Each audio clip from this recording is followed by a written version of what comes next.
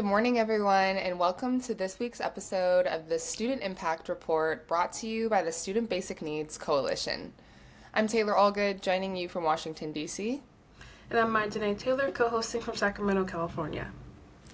For our returning listeners, great to have you back. Welcome.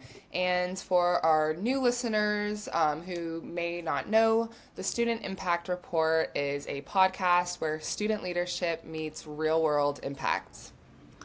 Each episode dives into the latest news affecting students and shares the stories of student leaders driving change on their campuses and beyond. This is our 5th episode of the series, so be sure to check out our other episodes as well, which have covered and now followed a range of current topics in higher education. For more information and to listen on YouTube or Spotify, visit studentbasicneeds.com/podcast for links to our show.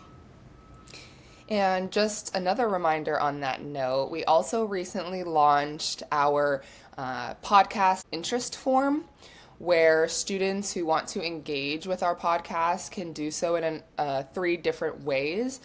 One of which is submitting a question that you have to our show that we'll answer during one of our episodes. You can also submit a shout out to yourself, a peer, or a student organization on your campus that you just want to highlight the work they're doing. And then our third option, you can also be interviewed right here on our podcast for an upcoming episode. All of those options are in the form, so we encourage you to check that out on our website as well. So as always, we're going to offer up some higher ed news updates of our choice this week, and then later join us for an exciting interview with Paige Swanson, co-founder and co-executive director of the Student Basic Needs Coalition, or SBNC, as we discuss the importance of student basic needs in the creation of this coalition.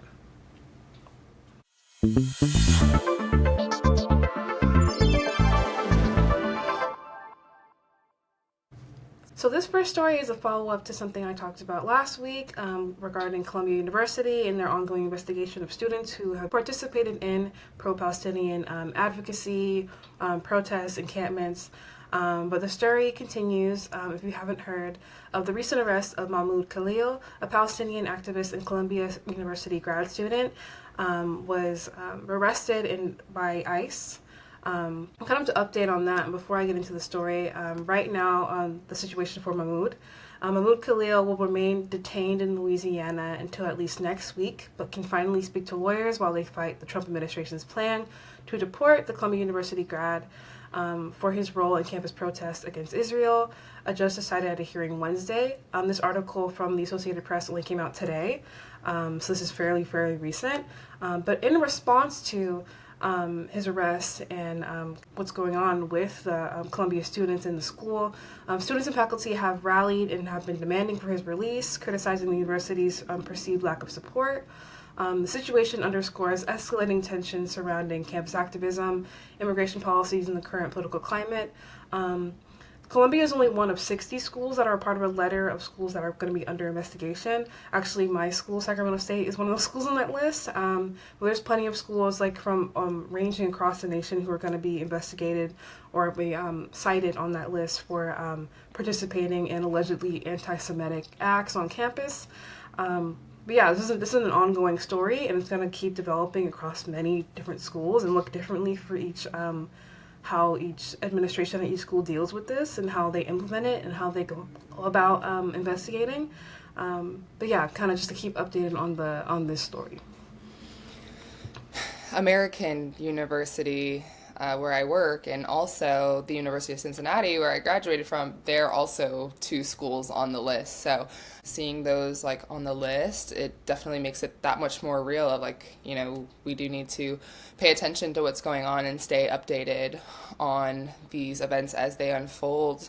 And I'm just hoping and praying for the safety of Mahmoud as he, endures this time. I think regardless of if people personally agree with him and his beliefs and his stance or not, I think a main key takeaway from this is the dangers that students are being faced with in regards to expression of all beliefs, I think this is a very scary thing that everyone should be paying attention to, again, whether you necessarily agree with his beliefs and his stance or not. I think this just paints a larger picture that is this allowed? Should the president and this administration be able to just threaten the deportation of anybody who dissents from their official, stance on some of these issues? I just think that, yeah, all students and all Americans who advocate for free speech should just, follow this issue and be concerned about this federal overreach, in my opinion. Yeah. To switch gears a little bit, for my first article this week, I want to talk about a major issue in higher ed that we don't often hear about or really talk about, for that matter, which is the declining enrollment and misrepresentation of Native American students in college data. So I'm going to break it down. An article published on March 12th by Inside Higher Ed discusses how Native student enrollment has dropped significantly over the past decade. Between 2010 and 2021, Native American undergraduate enrollment fell 40%, meaning tens of thousands of students are essentially missing from campuses. In fall of 2021, only 107,000 out of 15.4 million undergraduates identified as American Indian or Alaska Native. But the thing is, these numbers don't even tell the full story because of federal data collection issues. What we now know, and what this article highlights, is that up to 80% of Native students are misclassified under a different race or ethnicity, making them essentially invisible in official data. The Department of Education often top codes, or in other words, replaces Native students as Hispanic or classifies them under more than one race without specifying their Native identity. And this flawed data makes it incredibly hard to track progress and consequently challenges for this student population. And the challenges we know are significant. Just to break it down again, only 26% of Native American adults hold an associate degree or higher, and just 16% have a bachelor's degree. Native students also face some of the lowest college completion rates, with just 47.5% finishing within 6 years, 21 percentage points lower than white students. The good news is that, there are efforts to fix this data problem. In 2024, just last year, new federal data standards were introduced to improve Native student representation, requiring agencies to effectively implement changes by September of this year and being fully compliant by March of 2029. But the issue is that similar reforms were scrapped in 2016 under the first Trump administration. And so, with another Trump presidency, researchers worry how these efforts could be stalled again. So in terms of what's next, experts in the article mentioned that, more transparency, better tribal partnerships, and disaggregated data are key to moving forward. And again, I just want to reiterate that, if Native students remain undercounted, institutions and policymakers won't be able to provide the support they need. And there was another quote, too, from a researcher that, quote, accurate data alone won't eliminate structural inequities, but without it, we can't even begin to dismantle them. And I thought that was a really powerful, point to kind of leave off on. And, just to close that thought, this is a major issue to watch because it's not just about numbers here, it's about real people, real students, and ensuring that, Native students, just like anyone else, are seen, supported on their land, and also given the opportunities they deserve to succeed within our higher education system. I feel like that really speaks to like how last week we were talking about like the way you support your female identifying students on campus is by showing up and like actually like doing the work to, like for them, and it's not just like a band-aid solution. Like it starts like this is a major one of like just the basic like data to then support those students. But then even after that, they have to keep going further and keep like create the program, but then it's like financially support that program, or if they don't have the finances, help with the actual programming itself. But yeah, I feel like that's a kind of a common thread. But yeah, it's a really interesting story. For our next story, I'm talking about Brown University. This came out just today from the NBC Boston and Brown Daily Herald. So Brown University has implemented a temporary hiring freeze in response to anticipated federal funding cuts affecting higher education institutions everywhere. This freeze, effective immediately, extends through the end of the 2025 fiscal year and applies to all staff positions funded by unrestricted funds. Exemptions may be granted for roles critical for operations, such as infrastructure support, campus health and safety. Additionally, the university has enacted a salary freeze for members of the president's cabinet and a voluntary freeze for other higher-earning administrators, along with restrictions on non-essential travel and discretionary spending. This move aligns Brown with other institutions like Harvard and University of Pennsylvania, which have also announced hiring freezes due to similar financial uncertainties stemming from potential reductions in federal funding. Obviously, this is an effort to kind of get ahead of that if they were to get one of those schools investigated and get their money cut. But who knows how long this hiring freeze is going to last. Obviously, it goes all the way into the end of this year. But this could be like a semi-permanent solution for something that's not really that easy just to solve. So I understand the effort of trying to get ahead of the cuts, but I'm just kind of worried about like what the rippling effects of this and if they're even going to lift the freeze at any point in the future. Yeah, I just feel so disheartened by all of this news. I see all of these, like you said, all of these institutions taking these precautionary steps or these like steps in advance to prepare for some of these cuts. And we're already seeing the effects of it just on the widest scale. And I remember reading just the other day that the Department of Education is downsizing by like roughly 50%. I think cutting the Department of Education's funding by 50% or around there really only leaves room for, principals and educators to continue their work. It does not leave really any room for these additional educational programs and the like that,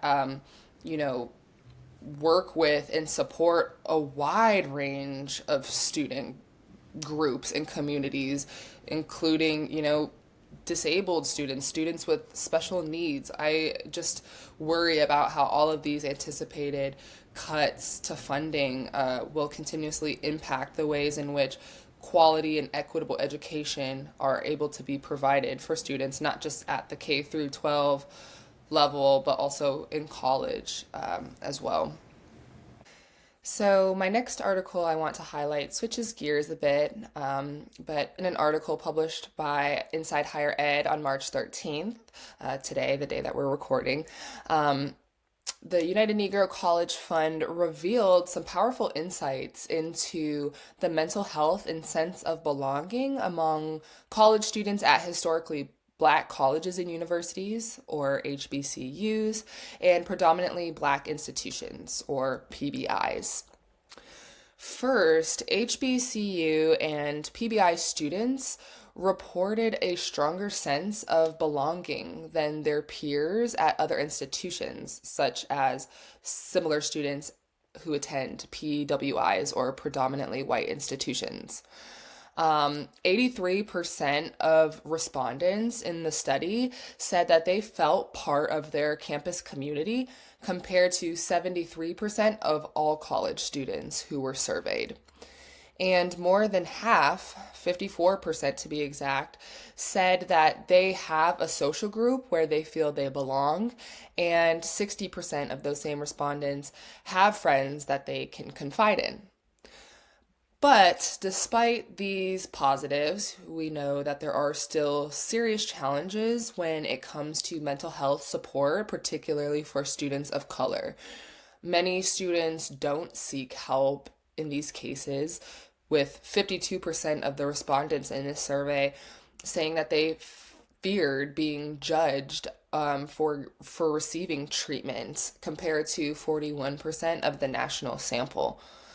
And another issue that they touch on in this article is financial stress. 52% of the HBCU and PBI students said that they were always or often stressed about money, compared to 43% of the national sample. Their overall stress levels were nearly identical to other students, but we now know that financial pressure is one of the key drivers of this. So, why are HBCUs and PBIs still fostering better mental health outcomes despite these challenges? It comes down, according to the article, to three C's: culture, community, and care. There is a part of the overall study of psychology that focuses on Black psychology, and Black psychology highlights the importance of community, tradition, and shared experiences in, supporting better mental health outcomes. And these are all things that traditionally define HBCU or PBI life, from homecoming to stepping, marching bands, Greek life, academic, you name it. These traditions do create a deep sense of belonging that supports overall student well-being. So, while these challenges will, likely continue to exist to some extent, this report does highlight that, HBCUs and PBIs provide not just an education, but also a community that uplifts and supports students in ways that go beyond the classroom. So kind of keep that going and talk about more schools who are trying to kind of cultivate a positive academic experience for their students and working towards programs that support them. I want to talk about SUNY, or the State University of New York. So SUNY has implemented the Advancing Success in Associate Pathways, or ASAP program, across its community colleges to enhance student retention and graduation rates. Since its launch 3 semesters ago, ASAP participants have experienced a 20% higher credit completion rate and an 80% retention rate over a full year, compared to 72% among non-ASAP students. Governor Kathy Hochul has proposed a $12 million expansion of the program to support an additional 10,000 students. ASAP offers career guidance, financial incentives, and regular counseling, encouraging students to enroll in sufficient credits for timely graduation. This initiative has shown immediate positive impacts on student achievement and retention, but it's really just positive to hear that schools, despite everything that's going on, schools are still trying to make sure that their students are not just succeeding in school, but also graduating, feeling guided once they leave the school, so that post-grad life isn't kind of just like in the wind, that they feel that they are prepared to graduate and enter the workforce. So it's really encouraging to hear this story. Snaps to SUNY. We love to hear it. And I love that we've kind of jumped on this train of ending on some positive news, because it can definitely feel like one article after the other is just what is being targeted or attacked in higher ed. But we are here to remind everybody that there are still great things going on. There are still, initiatives and things that are in place to uplift all students.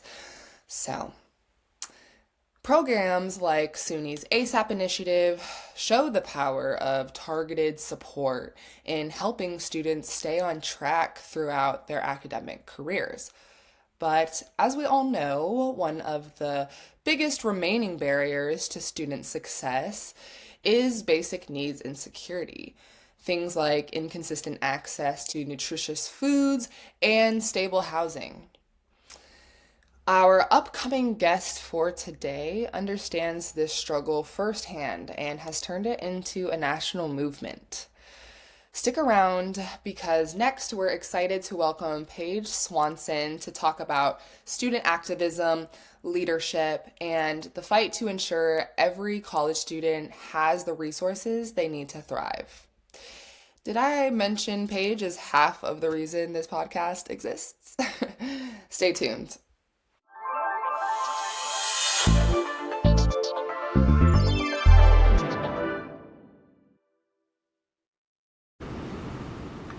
Paige Swanson is the co-founder and co-executive director of the Student Basic Needs Coalition, or SBNC, a national organization dedicated to addressing food and housing insecurity on college campuses.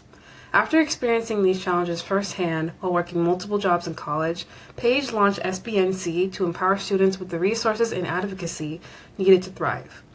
Under her leadership, SBNC has raised over $700,000 and helped thousands of students access $3 million in critical support through peer-led programs, policy initiatives, and innovative technology solutions. It is because of SBNC that this podcast exists, and we're happy to have this conversation today with one of our key coalition voices. Welcome, Paige. Thank you. I'm so excited to be here. Yes, so I'll get us started. So you co-founded SBNC alongside co-founder Owen Tanner Flomberg after experiencing some financial challenges firsthand in college. Can you share what that journey was like and what led you to take action? Yeah, so I started college actually thinking that I wanted to go to med school, but I quickly realized that even just getting through school was a huge challenge on its own, especially financially. So I was working 30 hours a week at multiple jobs, including Chick-fil-A and an on-campus research job. And ironically, the on-campus research job was actually studying food and housing insecurity on campus.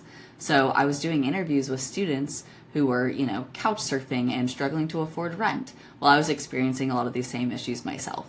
So it really helped me connect my personal experiences with the systemic issues that I was studying. And through this research, I realized that there were two main issues. So one, students didn't know what resources were available to them. And two, faculty and staff really didn't know how to connect students to those resources either. So we started SBNC to address some of those issues on our campus. And then a couple of years later, in 2019, I went to a conference in California hosted by Swipe Out Hunger, and that was actually where I met Owen. And Owen had been working on really similar issues on his campus. He was an RA and saw a lot of his residents drop out, because of the cost of college, and they just couldn't afford to stay in school. And we were both really frustrated by these issues that we were seeing. So we started talking about what we could do. And we really realized that if we combined the work we were both doing on each of our campuses, that we could create a bigger student-led movement. And so that's really how SBNC was born. It was just a network of students, working together to make sure that their peers have access to the resources that they need, while also advocating for policy changes to create, long-lasting systemic change. So kind of talk about the impact of that network. SBNC has helped students across millions of dollars in critical support. What are some of the most impactful initiatives or policy wins that you've seen come out of this work with SBNC? Yeah, I think one of the most powerful programs that we've built is our peer navigator model. It's a really simple idea, but it works really well. Essentially, it's students helping other students apply for SNAP and other resources. It works a lot like voter registration drives, where students are doing tabling events, walking around with sign-up sheets, and just getting these students to engage with a really simple online screener. And then using technology, we're able to follow up with the students and make sure that they actually get across that finish line, so that we're not just informing them that they're eligible for benefits, but we're actually making sure that they submit the application and follow through and actually receive, what they're eligible for. We've also seen a lot of policy wins come through from student advocacy. So in Tennessee, a couple of years ago, our students wrote and passed legislation that required a statewide study on food insecurity across all of the public colleges and universities in the state, which is really huge because data like that is often the first step towards policy change. And it helps legislators see the issues and how they're having a real impact on the economy, on higher education, on graduation rates, on the workforce in the state.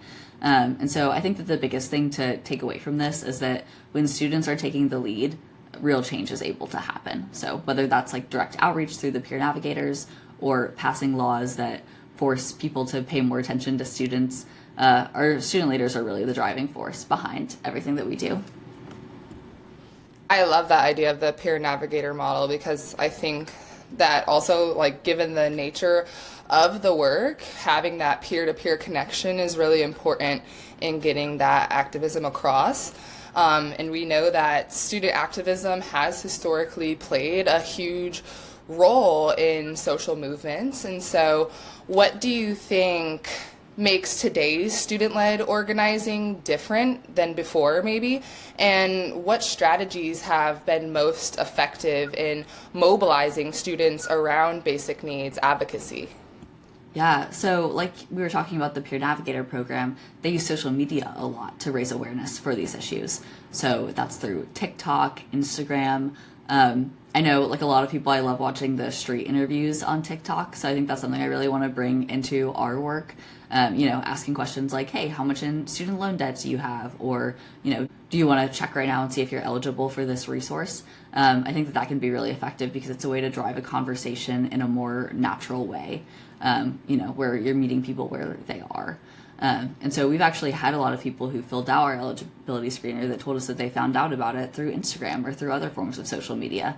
And so, coming to where students are is a really important way to get them involved. And I think that, students know that best and are able to use all of these new strategies because social media is always changing, and keep up to date with what's happening and how to have the biggest impact with that. And I think technology can also be used in a lot of ways beyond social media. So lots of, young adults, lots of students are working on AI tools or campus-based apps to find resources that really make it a lot easier to navigate support systems, share impact across the country. It's never been easier to build a national network with Zoom University coming to the forefront of higher education. And I think that the big difference today is that student leaders are taking advantage of all of these new developments, all these new technologies, and they're using that as evidence to demand change. So they're really building the tools and systems that are needed to make the change happen. So when it comes to kind of like technology and using that for advocacy and adapting to what students need and what students are going to find, why do you think it's important to highlight conversations with students and amplify their voices in media like the Student Impact Report? How does that play a role in the broader movement of student basic needs, and how effective is that?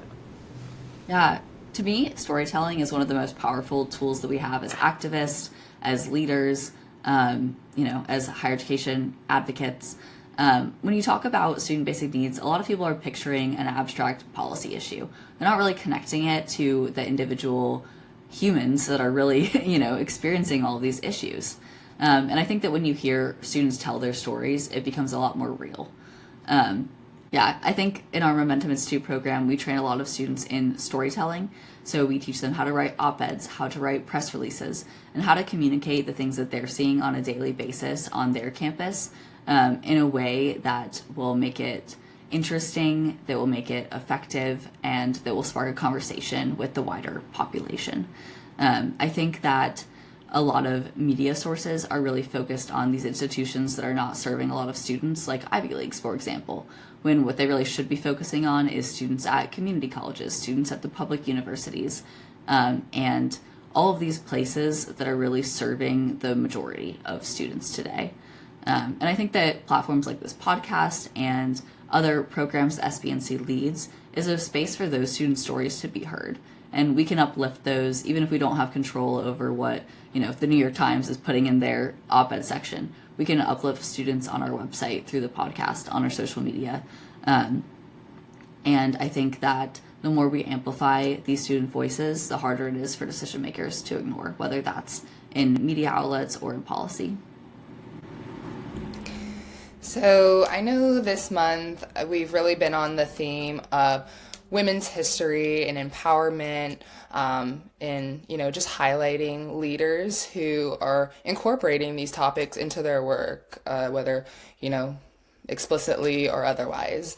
So I'm just curious, as a woman identified leader and also a fellow member of Gen Z, you're a part of a generation, our generation, that is known for really stepping up and demanding change, like you talk about through social media and other platforms. So we're curious, how has your identity shaped your leadership style, and what advice do you have for other young women or Gen Z folks who are looking to step more into advocacy roles or nonprofit leadership?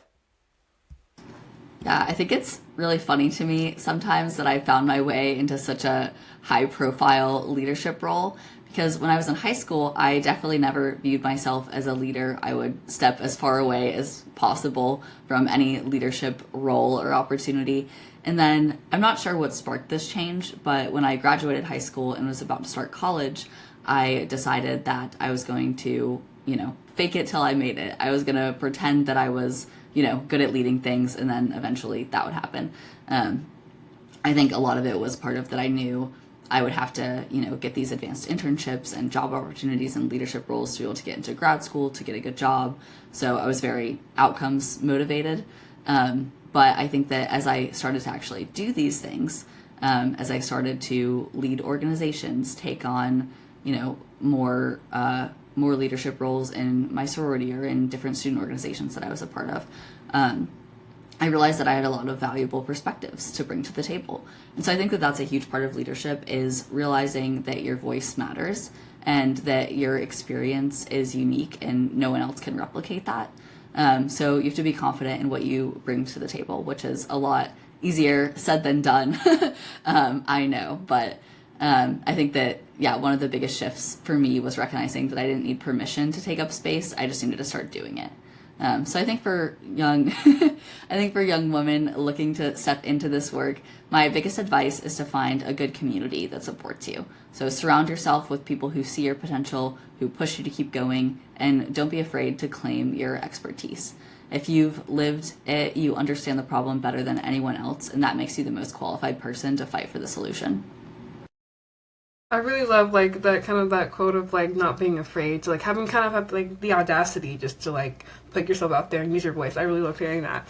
So this is kind of our last question. Looking ahead, what's next for SBNC, and how can students who want to get involved take action on their own campus?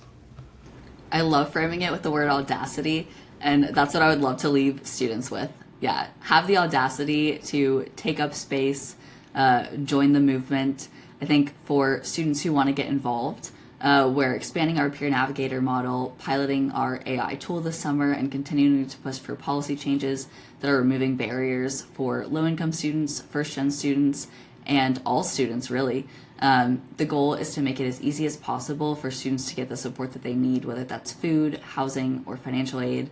And so I think the best place to start is by taking action on your own campus. So talk to your peers, find out what gaps exist, start organizing, whether that means launching a peer navigator program, advocating for more resources, or just making sure that your friends know what resources are available to them. Every action that you take is really important. And if you want to be part of this movement that we're starting at SBNC, reach out to us and we can help you get started with that. Because at the end of the day, this is about more than just getting by in college. It's about making sure that every student has a real chance at success. And the more of us who come together to work towards that change, the more change that we can make. Paige, thank you so much for sharing your story, sharing more about what led to the founding of SBNC, and just highlighting the overall impact of advocacy. I think that was really important for our listeners to hear. And, we just appreciate the work that SBNC is doing to highlight the role of student voices and advocacy in driving world change. So yeah, thank you again for sharing. It was a great conversation. Thank you. Yeah, thank you.